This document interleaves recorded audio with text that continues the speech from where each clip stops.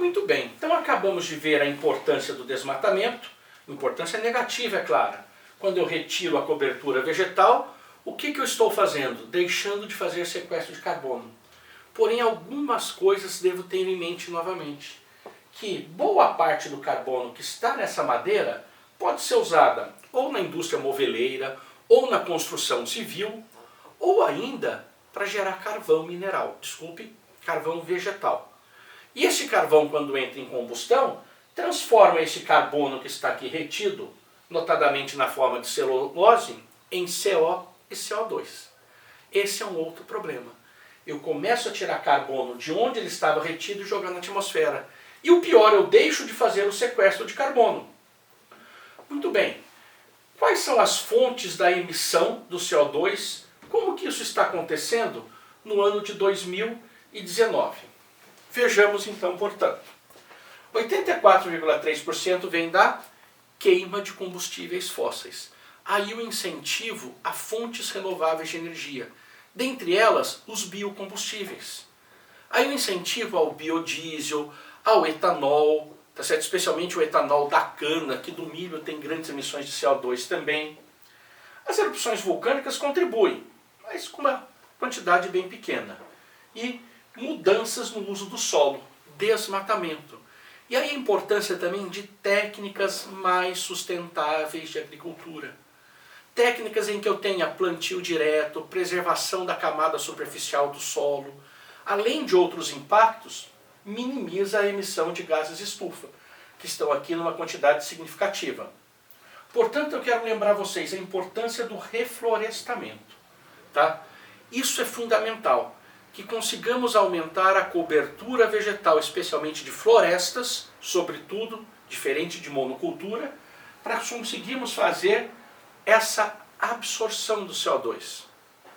Porém, é importante você ter em mente que quem verdadeiramente absorve o CO2? Quem é o grande responsável pelo sequestro do CO2? Fitoplâncton. Nós temos aqui as árvores e queremos sim preservar essa cobertura vegetal, até por outros motivos. São fundamentais e devem ser preservadas. Mas eu tenho que passar para você o conceito exato. A maior parte da absorção do CO2 dá-se pelo fitoplâncton do oceano. Uma parte significativa também, tá certo, vegetação do solo. E outra parte na atmosfera. Então a importância dos oceanos, a importância da manutenção da cobertura vegetal ficou bem clara aqui. E tivemos aqui uma revista da FAPESP 2019, esse slide está lá na sua aula 11, que a Amazônia agora é fonte de CO2, dada a intensidade da queimada e não obstante, o reflorestamento. Fica aí para a gente pensar nisso. Quando eu estou falando, aliás eu falei reflorestamento, desculpe, o desmatamento, o reflorestamento é o que eu vou falar agora. Quando eu estou falando em reflorestamento, é muito importante também eu distinguir o reflorestamento comercial do reflorestamento de fato. Porque muitas indústrias de papel e celulose têm selo verde de reflorestamento, mas plantam e cortam o eucalipto, é bem verdade? E a gente sabe que o eucalipto traz impacto sim ao meio ambiente. Em locais maravilhosos que deveriam ser preservados, temos grandes monoculturas de eucalipto, como por exemplo no Jalapão, dentre outros. Então quando eu estou falando em reflorestamento, eu estou preconizando espécies nativas e não espécies exóticas. Viu só como essa aula ficou bem colocada aqui no final do curso? Que agora a gente está revisando o conceito de espécie exótica e de espécie invasora. O eucalipto pode se tornar uma espécie invasora, desequilibrando o meio ambiente. Então estou preconizando o uso de mogno, angelim, ipê, que é a árvore símbolo do Brasil, ao contrário do que se pensa, não é o pau-brasil, e sim o ipê amarelo, pau-ferro, jatobá, enfim, espécies nativas. Essas devem ser reflorestadas. Houve um reflorestamento bem sucedido na Serra do Mar, após impactos ambientais do polo petroquímico de Cubatão, com espécies nativas, não necessariamente essas, mas da Serra do Mar. Muito bem, outro tipo de espécies com a capacidade de germinação, enfim, gente, estou elucidando a aula. Óbvio que eu não estou querendo que você decore estas espécies, nem estas aqui. Mas às vezes aparece o enunciado. E tudo que eu já vi antes de aparecer no enunciado do vestibular me deixa mais tranquilo. Eu consigo me manter mais estabilizado.